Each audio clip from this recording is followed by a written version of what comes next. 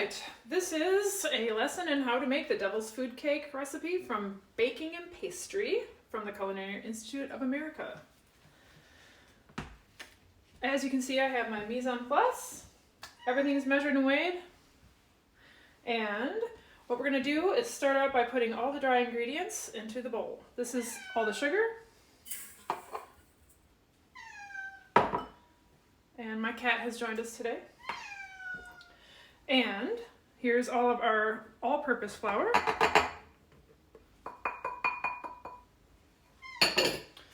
Baking powder and baking soda measured together. First thing you want to do is just lift up that mixer. It's got a paddle attachment. Mix it on speed 1 for, I don't know, about a minute. Just to make sure all the dry ingredients are mixed together very well.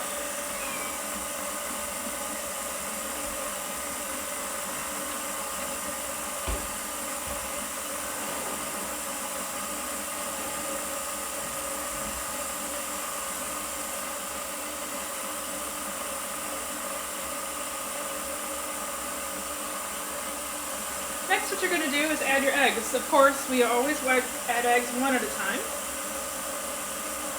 waiting about 20 seconds in between each addition to make sure each egg has a chance to incorporate into the dry ingredients.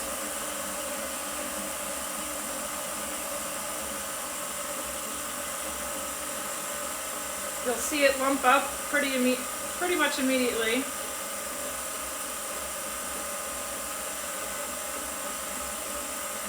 Here goes the second one.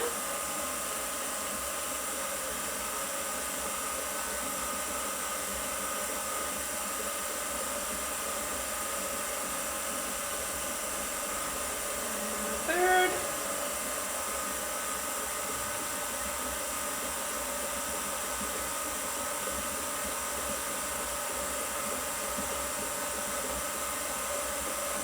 And the last egg.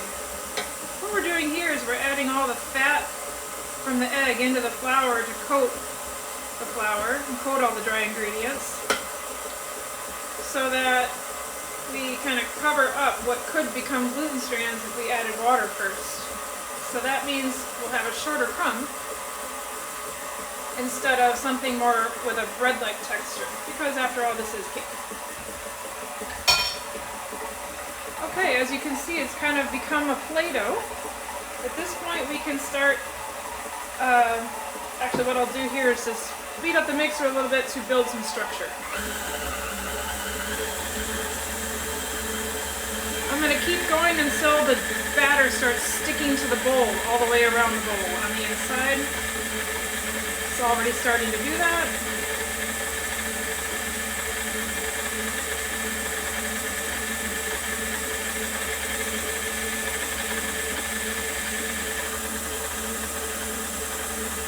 And now it looks nice and smooth. I'm going to shut the mixer down, lower it, and I'm going to just give it a good scrape here just to make sure there's nothing stuck to the edge of the bowl, the outside of the bowl, or the inside of the outside.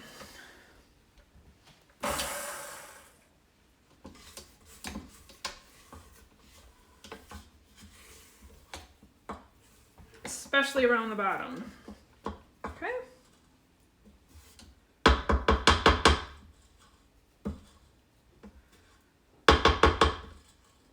Really try to get all that batter back in the bowl. Alright, we'll raise that up. Now when you add the butter, it's melted.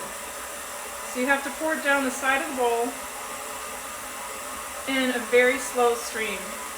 You don't want this butter splashing back at you. And it will if you go too quickly or pour it directly in the middle as it's running. So pour it down the side in a slow stream and just let that paddle grab it every time it comes around.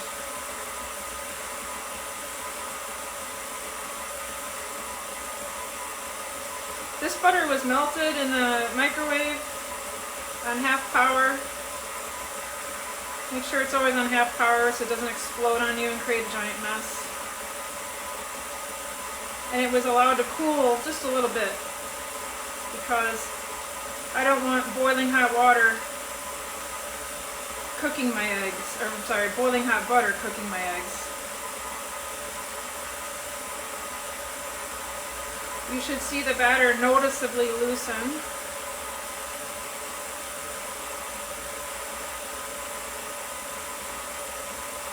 I should say loosen noticeably.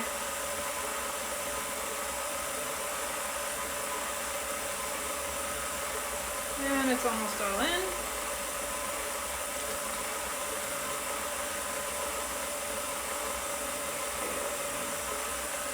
It's okay to let some of those milk solids go in there as well. It's good flavor.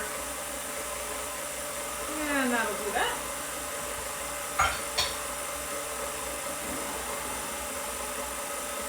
Alright, give that a little bit higher swirl. And once again, we'll drop the bowl and make sure that the paddle and the bowl are incorporating everything very well. Okay. It's a little less stiff of a mixture than it was prior to adding the butter. And after we start adding the water, you're going to see a noticeable change.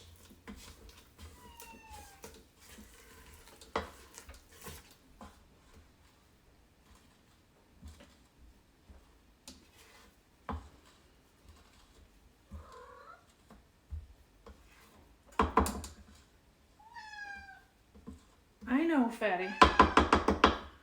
I know, no one's playing with you. Just give me a minute. Okay, we're gonna turn this on again. Speed 1. This is the water and the vanilla mixed together. Same concept here. Pour it down the side of the bowl. Nothing faster than like half of a width of a pencil stream. And right down the side of the bowl. So now what's going to happen is the batter will loosen noticeably and become soup-like, very uncake-like.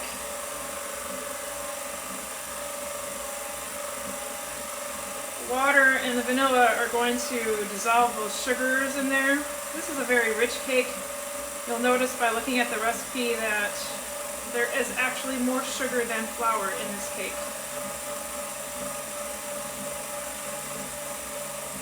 And you can see it loosening out. Now it looks like cream of wheat.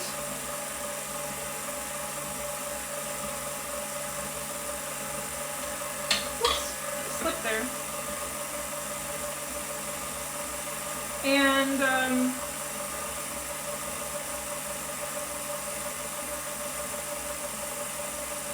we're going to want to scrape the bowl down for sure when we're done here. I can kind of pour that in a little bit faster there towards the end. Cut off the power, drop down the bowl, and now I can really tell that things are sticking to the bowl, so we have to scrape.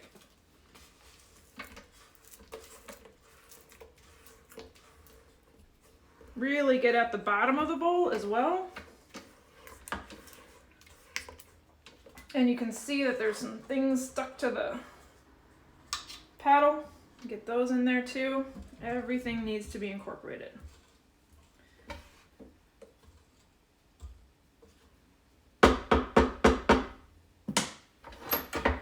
And now give it another swirl. Maybe speed 2, just to make sure everything is getting mixed together evenly.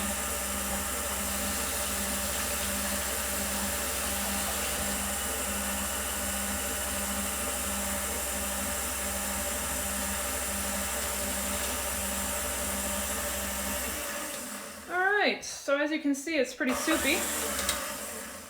And now the magic happens. I'm gonna get that paddle situated where it's not in the way. Here's my sifted Dutch cocoa powder. You can use regular cocoa powder, but Dutch has an alkali added. It makes it less acidic and therefore more chocolatey and like has a deeper flavor.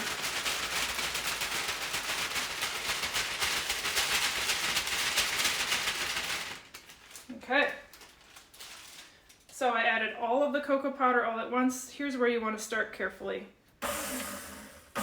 Sometimes turning it on and off helps with keeping all that cocoa powder down in the bowl.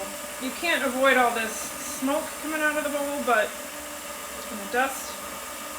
I do have a guard, but I didn't want it in the way for viewing. You can see that coming together. And it's really thickened up. That cocoa powder has quite a lot of absorbency in it. And it is very hygroscopic. It's super dry, so it just soaked up all that liquid. And it's a beautiful mixture, but I'm going to shut it down and actually scrape the side of the bowl one more time because it needs it.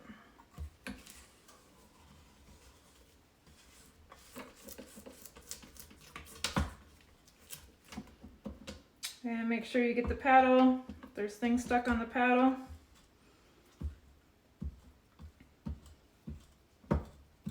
By the way, this is going to be my husband's 50th birthday cake. He's 50 today. All right, we'll give it another whirl, maybe a speed 2.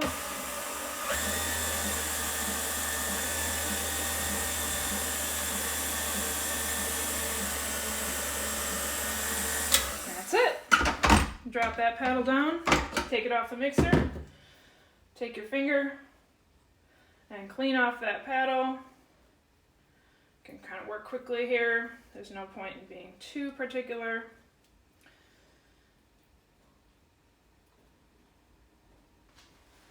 Okay.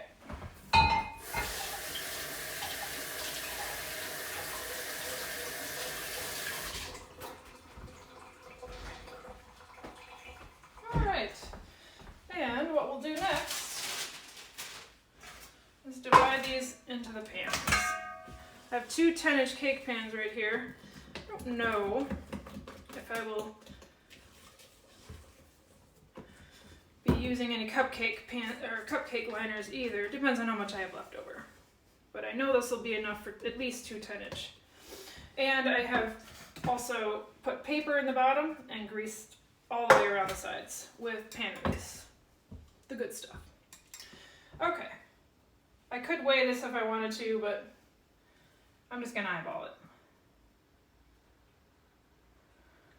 Sometimes they say fill it halfway up the sides.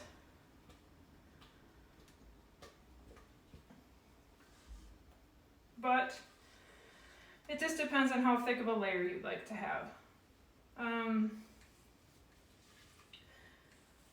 My husband said he wanted this built with some cherries in the middle, a little bit of buttercream, not much, just enough to bind the cherries to the layer. So I'm not going to be dividing these. I'm just going to be layering up. I'll probably take the dome off the cakes, but that's about it.